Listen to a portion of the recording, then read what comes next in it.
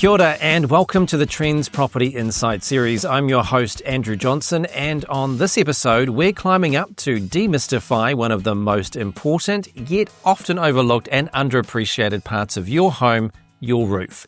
Joining me is Steve Huntingford from Accredited Roofing, a family-owned business dedicated to providing expert roofing solutions tailored to New Zealand's unique climate conditions. Well, Stephen, welcome to the show. Thanks very much for taking some time to sit down with me. Now, today I wanted to explore with you the concepts behind roofs, roofing, and everything about our roofs, because it's one of those things that most people don't think about day to day, certainly unless something goes wrong or they're looking to sell their property or buy their property. So is that a common thing for you to find that people kind of ignore their roof most of the time? Absolutely. I suppose if someone's looking at buying a property or selling a property, they're more worried about the bathroom, the kitchen, can they have a swimming pool, or actually, can they do an overseas trip and tap that onto the mortgage, you know? So yeah, definitely a roofing is a big part.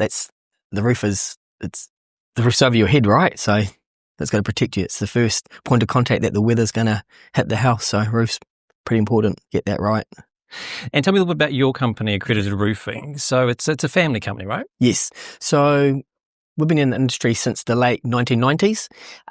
We cover the whole range of roofing, from roof repairs, roof maintenance, replacement. We do new builds, re-roofs. So we do the whole range. We're not biased, so we're going to give you an honest opinion on what we believe you need. We treat you like it's our own property that we're looking at either buying or selling, or what maintenance is required. So we'll tailor-made whatever's required, yeah. And for you, how important is it to work with New Zealand manufactured products, considering we've got quite an extreme climate? So what we've found that the companies like New Zealand Steel that manufacture steel, obviously they've got their branding of colour steel. You've got Gerrards that buy the steel from New Zealand Steel and then manufacture the pressed metal tile. Support local, because you're supporting, people's jobs. If you do have a problem, so let's go back a few years ago. I remember when we had some high winds and Harbour Bridge got taken out by a truck hitting one of the pillars. Well, it was pretty lucky that New Zealand Steel, which is in Woku, was manufacturing some big steel slabs to actually go to the US, and they had a spare one. I'm not sure if it was Auckland Transport or who it was, but got in contact with NZ Steel and said, hey, we need a big steel beam, and New Zealand Steel said, hey, look, you're in luck, we've got it. So that saved months of steel being manufactured overseas. So if we invest in New Zealand companies, they're here to support all of us, whatever happens, right? So. And besides the supply access, yes. In that kind of regard, yes. Is there things that they do about producing the product that is specific to the New Zealand climate? Yeah, absolutely. So if you look at New Zealand Steel, they've got test rigs out on the west coast. So they'll manufacture the steel, they'll manufacture their paint, they'll put it onto a test rig, and it's, out on the west coast where you've got harsh salt environments, the wind, the sand for the abrasion, and how our UV obviously attacks the coating system. So, hey, look, there are products from offshore. I'm not sure exactly how they test them, but definitely when you buy New Zealand-made products, they are tested in the real environment in New Zealand. Yeah. And for you working with such great quality materials, your job is to represent that and get them installed and work with the customers. So for your business and your team, you invest quite heavily in the training and everything that goes into making you a good business. Can you tell me a little bit about what you do to make that so successful? So obviously we handpick all our guys. We don't really go through an agency for finding staff. We find our own, do all in-house training. The training goes from the guys that are on the tools, we have technicians that are on the tools, through to the staff answering the phone, even through to the ladies in accounts. So they've all been trained, so they've got a really good understanding of roofing, because it is quite a biased industry. Like, everyone thinks it's a guy industry, but it's not. We've found like some of the ladies, they're better educated than the guys, or they retain the information, Right. So you would definitely invest heavily in training in the team. Yeah. Now, when it comes to our roof, we don't think about it every day, right? It's normally when it goes wrong, or if we are buying and selling a house, you go to an open home, you check out the photos. Can I see the condition of the roof? Sure. When you go to sell your property, an inspector might come and let you know, hey, you should get that touched up or dealt with. It's something that you suddenly come across a deep need to figure out what you can do with your roof when it comes to your property. So in your experience, are there any common problems that arise with homes in, say, Auckland, where you're based, that people should start to look for or pay attention to before it becomes a bit of a crisis or a bit too late? Sure. I think if you can, obviously you might not be able to see the roof directly from the footpath, but if you can go across the road, have a look, see if there's any moss and mold growing, is there any rust stains and that you can see tracking down the roof. That's going to be, a few telltale signs. Really good idea. Maybe, you really want to have your roof cleaned or checked every 2 to 3 years. I mean, the climate's changing. We're having big downpours of rain. The winds are huge now. So, if we have a storm that comes through, does a flashing come loose by, a nail or a screw failing, or debris blocking up valleys. So valley is basically if you've got two roof faces coming together, a valley's like a little internal gutter that can hold debris. So when we have those big downpours of rain, that water can't get out quick enough and it just overflows and comes into the house. So a simple leak could be purely just that the internal gutter or the valley is blocked, Yeah. You do some maintenance, it's $150 job, and you don't have thousands of dollars of damage inside the ceiling. And so talking about maintenance, what are some of the common maintenance services you go out and do in terms of being able to, do you do assessments of people's houses? Absolutely. Health check? Absolutely. So we invest in drones, which are really cool. So if the roof's pitchy or if it's quite like high, like 2 or 3 story property, we can send the drones up and get really, really close to like a 4K resolution. So really good for photographing. We can either measure off the drones as well, so we can work out square meterage of the roof. So yeah, let's have a look for moss and mold, loose flashings. Does the roof need to be replaced? Does it just need to be recoated or resurfaced? So yeah. And with the different materials that our houses have got different types of roofs, Mm-hmm. are there ones that have particular issues, which some materials are better than others? What should people look for if they're looking to either sort of, renovate their roof, touch it up, maybe paint it, for example, Mm-hmm. or actually put a new roof on? Are some materials better suited for certain houses than others?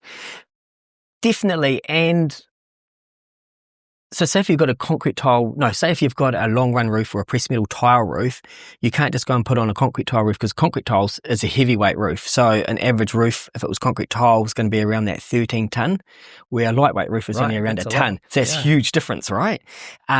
So yeah, if you're looking at replacing the roof, what can the house handle? Can it have a heavyweight or does it have to have a lightweight roof? How do you assess that? If the house was built with concrete tiles from the start, then we can definitely put a concrete tile back on. If it's had a lightweight roof, well, then we can only put a lightweight roof back on because the framing, the structure is only designed, even the floor is only designed for a lightweight roof.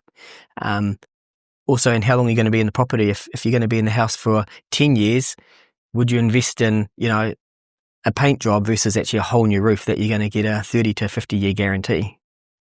And so speaking of the paint job, it was something when I was sort of looking into what you do, hadn't really thought about just repainting a roof can have some benefits. So what is involved when someone just repaints the roof? Right. So the key thing in any job is preparation, right? So the first thing is you want to get the roof clean and sterile. Imagine if I just threw some salt or sugar on the table and got a piece of sellotape and tried to stick that sellotape onto the table. The sellotape's not going to stick to the table, right? It's going to stick to the salt or the sugar. Yes. Same thing with a roof. If we've got dirt, loose debris, grime, whatever, or even just road dust from vehicles, if we don't clean that roof, our paint's only going to stick to that substrate if it's clean and sterile. And another thing that comes to mind with roofs is asbestos sometimes. Mm-hmm. It can be a bit of a scary word for some people. Sure. So how do you deal with homes? Because a lot of New Zealand homes have got asbestos, right? Right. So what does that mean in terms of what? Should people be afraid of it or are there ways to deal with it? Absolutely. No, don't be afraid of it. You've got probably a few different types of asbestos. So you've got Class A and Class B. So your Class A is going to be like your Super 6 roof. And there is like a corrugated version that's a fiberlight that's Class A. That one's a little bit dodgy. Then you got your Class B, which is like your pressed metal decromastic tiles. Now, not all of them have asbestos. If they do, it's something like 0.02%. Right. So we can actually take a clipping, get it sent away, get it tested, and then make the call on where to go from there.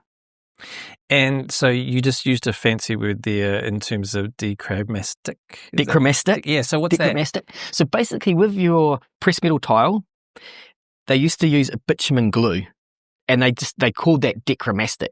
That was just a brand name. So basically, they'd manufacture the tile. So it was a pressed metal steel tile. They'd apply this bitumen tar, basically the same tar that you use out on the road. Right. Sprinkle the stones on top, that was done, and that's the tile. So that's not the fixed tiles we see layered against each other. In terms of you see a tiled roof, that's a different type of So material. then you've got your concrete tile, which is different again. Obviously, it's made out of masonry or concrete. Yeah. And how easy is it for people that might find they've got a missing tile, or they've got something that, was put up years ago? Is it easy to match those, or what's that process like? Depending how long. So basically, anything from the late 80s, we should be able to replicate. Anything prior to that, those machines are long gone. So if it's a concrete tile, we can still get some of the concrete tiles, or we'd definitely be able to replace a section and make it work. Yeah. Now, I think one thing that terrifies a lot of homeowners is someone like you coming out and saying, hey, that roof needs to be redone. Right. We all think about open ceiling, tarpaulins. Yes. Are there different options for me to be able to put another roof surface on top of an existing roof, or do I have to literally rip the whole thing off? There are options out there, depending on what's already there. So say if you wanted to do an overlay, like a CF tile overlay, that can only go on certain roofs. So it's only really going to work on either asphalt shingle roofs we can lay, and also on existing pressed metal tile. And the reason being is when the tiles are fitted to the roof, there's timber battens and they're spaced exactly 370 mil. If you've got a concrete tile roof, we can't really penetrate or screw through the concrete tile to get to the timber, so that's not going to work. Corrugated iron, we have tried it. It works, but we prefer to do it over either asphalt shingle or over existing dichromastic tile. So looking at other elements within the roofing system around like sealants, for example. Mm-hmm. So for people, are there ways that they can actually just get the roof maintained by just checking something as simple as the sealants? Yeah, absolutely. So not all roofs are going to need to be replaced. So some it might just need just a moss and mold treatment. Some roofs, they might be starting to deteriorate, like say a concrete tile, it's lost its protective coating. So the best way to solve that is let's not replace it. We can make that tile last another 20, 30 years. I mean, I remember roofs I painted back in the late 90s up in Tor Bay, and they're still looking really good. We contact those owners every 3 to 4 years and say, hey, let's do that moss and mold treatment. So that coating that we put on that long ago is still good, right? So the most important thing is, hey, look, get a really good etching primer etching primer onto the roof. Then we do a high ball coat and then our top coat. So it's all about the system and yeah. And in terms of that maintenance, do you do that on a regular basis for clients where you'll go in every 3 months, 6 months? What should a maintenance schedule look like? We think every 2 to 3 years. Oh, right. A lot of it comes down to bird traffic, right? So every time the bird flies over your roof and it does a dropping, if that doesn't wash away, that lichen and moss starts growing. Okay. So it's those flying creatures. Okay, good to know.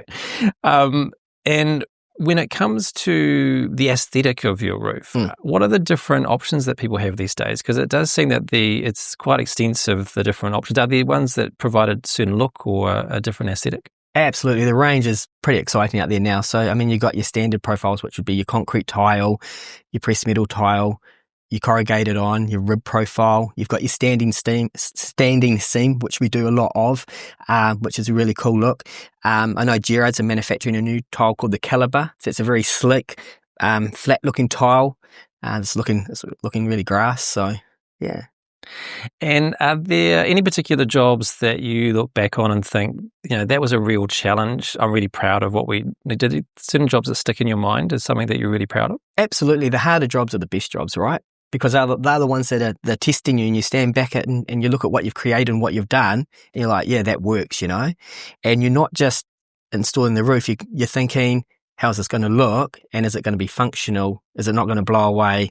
When we have huge downpours of rain, is it going to be able to cope with that water, that volume of water coming? So, yeah, absolutely. There's a lot of jobs that we look back and go, that's pretty cool, So, yeah, nice to know the challenging ones are rewarding. Yeah, absolutely. And, you might do a really old school villa and then you put a standing seam roof on and you could be there for like 6 weeks and you stand back and go, that's what it looks like, Like while you're first installing the roof, you've got scaffold up, it's all wrapped. And so you don't really stand back and you can't really see what you've done until you've finished it. And then you stand back and you're like, wow, that's awesome, And then the neighbours come over and want to check it out and yeah. And possibly get their roof done as well, right? Absolutely. You talked about timeframes there, 6 weeks. What is it in terms of a time frame for people? What should they expect if they said, hey, come out and take a look at our roof? We're looking at the options to clean it up, maintain it, re-roof it. What would be the standard process and timeframes? So depending on what we're doing, we can replace a roof within 1 day. We can chuck on a few guys and within a day we can get a roof on. But if we're converting, say, from a pressed metal tile roof to a standing seam roof, and everyone's probably seen it, where we see these Euro tray roofs or standing seam roofs where you see them canning. So you'd see it sort of look like it's buckling, like a can's being crushed. Right. A lot of the time that comes down to the substrate or the timber not being plumb and square. So if there's a little bit of movement a little bit of, if it's not accurate with the framing, that steel's so stiff, something's going to give, right? And that steel's going to either pop, which it will, and that's why it cans, right? So that type of job, that's a 6-week job, versus if it's just a corrugated iron roof coming off and a corrugated iron roof coming back on, we can do it in a day, 2 days max. Obviously weather dependent. Of course. Yeah. As always. And in terms of budget, yes, for the average New Zealand home, you mentioned before people put their focus onto probably the sexy areas of the home, the kitchen and the bathroom, even ideas of a holiday. Yeah. But where does it sit in terms of a percentage of my budget, dollar amount? How should people look at estimating what it might take to re-roof or install a new roof? Really good question. Depending on what you want, like if you're going for just a corrugated iron roof, that could be anywhere from $80 a square metre compared to a standing seam roof. It can be up to $400 a square metre. So it's such a massive range depending on what you want to do. And then do we need builders involved to replace the substrate or whatever? Yeah. And do you find that there's some common misconceptions, some sort of frequently asked questions that you get every time you talk to people about their roof?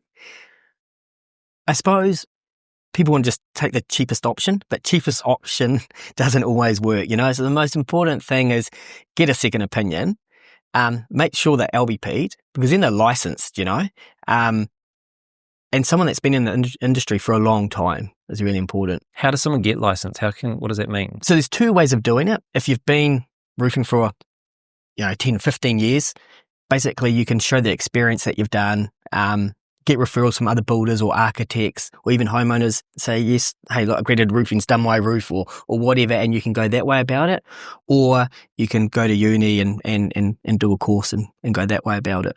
So, and are you seeing any emerging trends in the way people are dealing with their roof, using different products or different design techniques or installation techniques that are sort of the new innovations you're seeing coming onto the market? Yeah, we're definitely seeing people are looking for that concealed fixing look. So instead of having, the nuts and bolts or screws standing out, they're really looking for a slick, watertight roof, which would be like your standing seam and your CF tile, the caliber tile that Gerard's manufactures. So it's definitely a change. Yeah. And what would be the first piece of advice you'd give someone who's saying, I need to assess my roof? We might stay in the home, we might sell it, or even going to an open home and looking at an existing roof. Yes. What's the first thing people should do? Should they reach out to someone like you and say, hey, come and have a look? Absolutely. Call Accredited Roofing. Give us a call. We'll pop out, have a look. We don't need to actually get onto the roof. We can use the drone. Just talk to the property manager or the real estate agent or the homeowner. Just say, hey, look, can we pop over with the drone, have a quick look and just see if anything stands out? Yeah. So for people when they're looking at their own home or going to an open home, are there some giveaways or some telltale signs that people should look for that will give you an indication about the quality or the age of the roof? Absolutely. So, if you're going into the lounge or the kitchen or any of the bedrooms, can you see any cracks in the ceiling? Is there any mold on the ceilings? Does the house smell damp? If you stand back, on the road by the footpath and look at the roof, does the roof look patchy or does it look uneven? Or, that's sort of the telltale signs I'd look for. Is it okay, though, if some roofs have some patches in terms of they may be maintenance patches? Is that going to mean it's a bad roof? It's not going to be a bad roof. Absolutely not. But I'd just be wary and just say, hey, is there something going on? Does it need to be recoated or is that just the look of the tile or the roof, I should say? So if I'm looking at a potential offer or going to an auction, let's say for a house, you could come out and take a look at it for me. Absolutely. Yep, absolutely. And the drone must give that sort of quite piece of video, some imagery and stuff like that I can use to assess the Absolutely. investment. It's really good. 4K, so it's good definition.